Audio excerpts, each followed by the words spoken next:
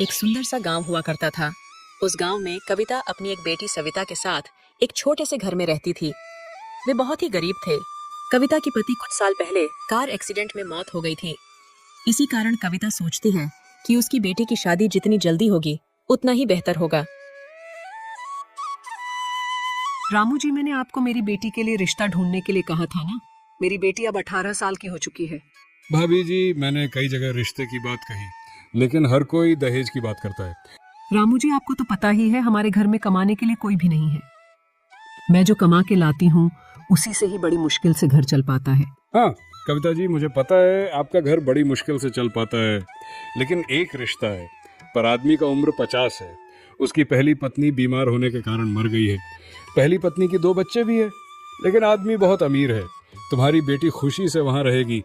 लेकिन रामू जी, लड़का मेरी बेटी के पिता की उम्र का है। लोग क्या कहेंगे? लोगों का काम ही कहना, लोग तो कहते रहेंगे।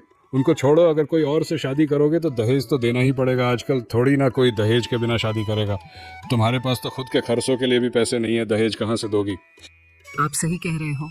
आप बात करके बेटी की जल्दी से जल्दी शादी करवा दो। कुछ दिन में ही सविता की शादी हो जाती है। जिस आदमी से सविता की शादी हुई उसका नाम रमेश था। रमेश सरकारी नौकरी करता था। रमेश का एक बेटा और एक बेटी था, दीपक और सुनीता। रमेश का दीपाली नाम की एक बहन भी थी। वो घर की मालकिन थी। रमेश जितना भी पैसा कमा कर लाता था वह अपनी बहन को ही देता था। उसी वक्त रमेश भी ऑफिस से आ जाता है। रमेश के हाथ में कुछ सामान था। वह हर रोज सविता के लिए कुछ न कुछ ले आता था ताकि वह खुश रहे। लेकिन सविता रमेश के साथ बैठने के लिए भी शर्माती थी, क्योंकि रमेश सविता की पिता का उम्र का था। अरे सविता, तुम मुझे देखकर क्यों शर्माती हो? मैं तो तुम्हारा पति हूँ। अगर तुम मुझसे ऐसे ही शर्माती रही तो घर कैसे चलेगा? तुम अब इस घर की मालकिन हो। जो मन में आए वह करो। सविता, आज से तुम इस घर की मालकिन हो। तुम कुछ भी काम नहीं करोगी। तभी रमेश अपनी बहन से चाबी लेकर सविता को दे देता है। रमेश पूरे महीने की कमाई सविता को दे देता है। उधर रमेश की बहन पड़ोसन की सभी औरतों से सविता की चुगली करती है। ये सविता जब से आई है घर की मालकिन बनी बैठी है। एक एक पैसों का हिसाब रखती है। कभी मैं अपनी जरूरत के लिए सविता से पैसे मांगती हूँ, वह पैसे नहीं है बोलकर नाटक करती है। बहन, तेरी भैया को भी इस बुढ़ापे में शादी करनी पड़ी थी। देखने में तो उनकी बेटी लगती है। वह शादी ना करके दीपक की शादी कर देते तो तुझे आज कोई दिक्कत नहीं होती। अब मैं चलती हूँ। पता नहीं वह घर में क्या कर रही होगी। बच्चे स्कूल से आने वाले हैं, जाकर देखती हूँ वह खाना बनाकर रखी होगी या नहीं, या फिर बच्चे भूखे तो बैठे नहीं हैं। दीपाली अब सविता से जलने लगी थी। जब से रमेश ने घर की चाबी सविता को दी है, दीपाली हर वक्त सविता को सुनाती रहती है। एक दिन सविता बाजार से कुछ सामान लाने जाती है। तभी दीपाली कहती है, अरे इस लड़की को कोई शर्म नहीं आती? घर में कुछ सीख के नहीं आई हो क्या? लोग देखेंगे तो क्या बोलेंगे? अरे मुझे कहती मैं कहीं मर गई थी क्या? तो मुझे क्यों बुलाएगी? तुझे तो दूसरों से नैन लड़ाने हैं। दीदी, घर में कुछ भी सामान नहीं था, इसीलिए बाजार गई थी। घर का सारा काम पड़ा हुआ है। बच्चे स्कूल से आने ही वाले हैं। उनके लिए खाना पकाया है या नहीं? मैं सुबह से कपड़े ही धो रही थी और अभी बाजार से आई हूँ। बस अभी खाना बनाने के लिए ही जा रही हूँ। 2 जुड़ा कपड़े धोने में सुबह से दोपहर लगा देती है। किसी काम की फिक्र ही नहीं है। ना बच्चों की फिक्र है ना रमेश की। और बस पूरे दिन सोती और खाती रहती है और बच्चों को भूखा रखती है। बेचारा उन दोनों की जिंदगी खराब हो गई। सविता चुपचाप दीपाली की बात चुन लेती है और कुछ नहीं कहती। सविता कमरे पर जाकर खूब रोती है और अपने नसीब को कोसती है। तब भी दीपाली को कोई तरस नहीं आता। सविता दीपाली से बहुत डरती थी। एक दिन सविता रमेश से कहती है, आप जरा अपनी बहन से कहिए क्यों मेरे पीछे पड़ी रहती है। तुम्हें कुछ कहा है क्या? रोज ही कहती है, बात मुंह से निकलना मुश्किल है। अगर उन्हें इस बात की जलन हो कि ये मालकिन क्यों बनी है तो आप उन्हीं को ही पैसे दीजिए, वही मालकिन बनी रहे। मैं तो यही चाहती हूँ कि कोई मुझे ताना नहीं दिया करे। मैं आज उनकी खबर लूंगा और इस घर की मालकिन वह नहीं तुम हो। तुम मालकिन बनी हो। इस बात से उसे अगर जलन हो तो उसे यहाँ रहने की जगह नहीं है।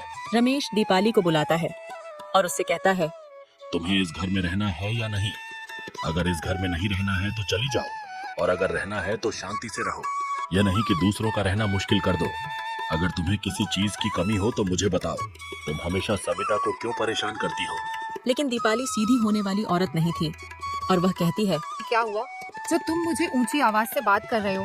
अगर मेरी बात उसे जहर लगती है तो मुझे कौन सी खुजली हो रही है उसे सीख देने की? फिर बाद में मत कहना कि तुम घर में रहकर क्या करती हो जो उसे सीख नहीं दी। तभी सुनीता और दीपक स्कूल से आ जाते हैं और रमेश उन दोनों को भी डांटता है। उनको तो आप कुछ नहीं कहते, हमें ही डांटे रहते हो। वह हमें कभी भी पैसे नहीं देते, स्कूल यूं ही चले जाते हैं। हमारे सब दोस्तों के पास पैसे होते हैं, सिर्फ हम ही है जो हमारे पास पैसे नहीं होते। वह कहती है कि अगर मुझे परेशान करोगे तो मैं तुम्हें बहुत पिटूंगी। मैंने ऐसा कब कहा? मैं तुम्हें पिटूंगी। अभी से झूठ बोलने लगे हो। झूठ की भी हद होती है। मैं तुम्हें कितनी प्यार से रखती हूँ ताकि तुम्हें अपनी माँ की कमी महसूस ना हो। इस बात को सुनकर रमेश सुनीता को और भी ज्यादा डांटने लगता है और तभी सुनीता रोने लगती। तभी दीपाली कहती है, अरे बस अब रहने भी दो, इस बच्चे को क्यों डांट रहे हो? नई बीवी पाकर ये आदमी अंधा हो गया है, अभी से इस घर का ये हाल है, आगे तो इस घर का भगवान ही मालिक है। सविता सुनीता को रोता हुआ देखकर उसे रूम में ले जाकर चुप कराती है। रमेश को लगता है कि अब सविता उससे नहीं शर्माएगी और बात करेगी, लेकिन उसकी आशा पूरी नहीं होता।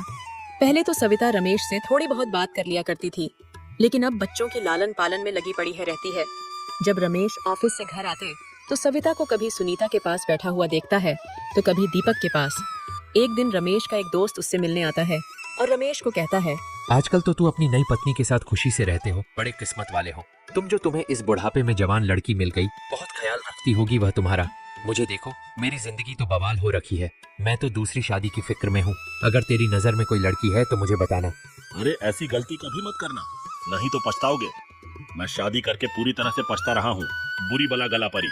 सोचा था 2 और साल जिंदगी के मजे कर लूं, लेकिन तो अब ऐसा लगता है कि ये शादी करके बहुत बड़ी भूल हो गई। अरे रमेश, तू भी क्या बात करता है? मेरी एक सलाह मानो, अच्छे अच्छे कपड़े पहन कर रहो, तब देखना वह तुम पर कैसे मरने लगेगी। उस दिन से रमेश जवान दिखाने के लिए कुछ न कुछ जरूर करता। रमेश की यह तकनीक काम कर गई। जब अगले दिन रमेश ऑफिस से आता है तब वह देखता है कि सविता अपने कमरे के दरवाजे के पास उसके इंतजार में खड़ी है। आज आप इतनी देर क्यों लगाई? आज ऑफिस में बहुत काम था, इसलिए देर हो गया। क्यों इतना काम करते हो? काम उतना ही करना चाहिए जितना आराम हो। तभी वहाँ पर दीपक आकर सविता से खाना मांगता है। अरे माँ, कुछ खाने को दे दीजिए। तभी सविता किचन में जाकर खाना ले आती है और दीपक को देती है और दीपक खाना लेकर चला जाता है। पहले वह घर में आता ही नहीं था। किसी चीज की जरूरत हो तो बाहर से ही मंगवाता है। जब से मैं बुलाकर कहा तब से आने लगा। तब रमेश को दीपक पर शक होता है। वह तुमसे खाने पीने की चीज क्यों मांगता है? इसे यहाँ आने दिया मत करो, दीदी के हाथों भिजवा दिया करो। सविता ने यह बात झूठ बोली ताकि रमेश को एहसास हो कि वह उनके बच्चों से कितना प्यार करती है। लेकिन सविता की इस झूठ से रमेश अपने बेटे पर चक करने लगा।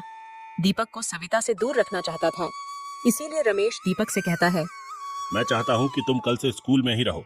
मैं मास्टर जी से कहकर इंतजाम करवा दूंगा। मुझे स्कूल में रहने के लिए कोई आपत्ति नहीं है। जब आप कहेंगे मैं चला जाऊंगा। दीपक नाराज होकर बुआ के पास जाता है। पिताजी ने मुझे कल से स्कूल में रहने के लिए कहा है। यह तुम्हारी नई माँ की कराधारा है, उसी ने ही कहा होगा तुम्हें स्कूल में रहने के लिए, ताकि वह आजादी से घर में रहे। नहीं बुआ, मुझे उन पर कोई शक नहीं। तो उन नक्सरी को नहीं जानता, ये उसका ही कराधारा है। रुक, मैं अभी जाकर पूछती हूँ। तुम हर वक्त क्या रमेश की कान भरती रहती हो? मैंने क्या किया? दीपक को स्कूल में रहने की तैयारी की जा रही है और कहती हो मैंने क्या किया? मैं आपके चरणों को छूकर कहती हूँ कि मैंने कुछ नहीं कहा। तुम झूठ मूठ की कसम खाकर यहाँ नाटक मत करो। जब रमेश ऑफिस से घर आता है तब सविता रमेश से कहती है, आप दीपक को स्कूल में रहने के लिए कह रहे थे। आजकल दीपक के द्वारा थोड़ी इंग्लिश भी पढ़ती थी। अगर दीपक चला जाएगा तो इंग्लिश फिर से भूल जाऊंगी। वह कब से तुम्हें पढ़ा रहा है? ये बात तो तुमने मुझसे कभी नहीं कहा। सविता ने रमेश की यह रूप कभी नहीं देखी थी। वह डर जाती है और कहती है, उसके पढ़ने में इससे कोई हरज नहीं होता। मैं उसी वक्त उससे पढ़ती हूँ जब उसे फुर्सत होती है। ये बात सुनकर वह चिंता में पड़ जाता है। उसने जितना सोचा था बात उससे कई बढ़ चुकी थी। रमेश को अपने ही ऊपर गुस्सा आता है क्योंकि उसने पहले ही दीपक को हॉस्टल में क्यों नहीं रखा। रमेश अगले ही दिन दीपक को स्कूल छोड़ आता है। दीपक हॉस्टल में जाने के बाद वह अपनी पहली माँ को बहुत याद करता है और रोता है, कुछ नहीं खाता। जब यह बात सविता को पता चलता है तब वह बहुत चिंतित हो जाती है। तुम स्कूल में जाकर दीपक को घर ले आओ, कहीं वह बीमार ना पड़ जाए। वहाँ उसे देखभाल करने के लिए कोई नहीं है। उससे कहना कि तुम्हारी माँ तुम्हें घर बुला रही है। अगले दिन सुनीता दीपक को घर लेने के लिए स्कूल जाती है और दीपक से कहती है, भैया, माँ तुम्हें घर बुला रही है। जब से तुम यहाँ आए हो माँ तब से कुछ नहीं खाई है, सारा दिन रोती रहती है। लेकिन जब बाबूजी घर आते हैं तब खुश होने की नाटक करती है। तब दीपक कुछ नहीं बोलता और वहाँ से चला जाता है। ये बात सोचकर दीपक को बहुत बड़ी बीमारी हो जाता है। इससे रमेश बहुत चिंतित हो जाता है। उसे उस अनर्थ कल्पना से ही रमेश की रोंगटे खड़े हो जाते। रमेश बहुत रोता है कि उसने अपने होनहार बेटे पर शक किया। उसे इस शक से शर्म आने लगता है और उसे गलती का एहसास हो जाता है।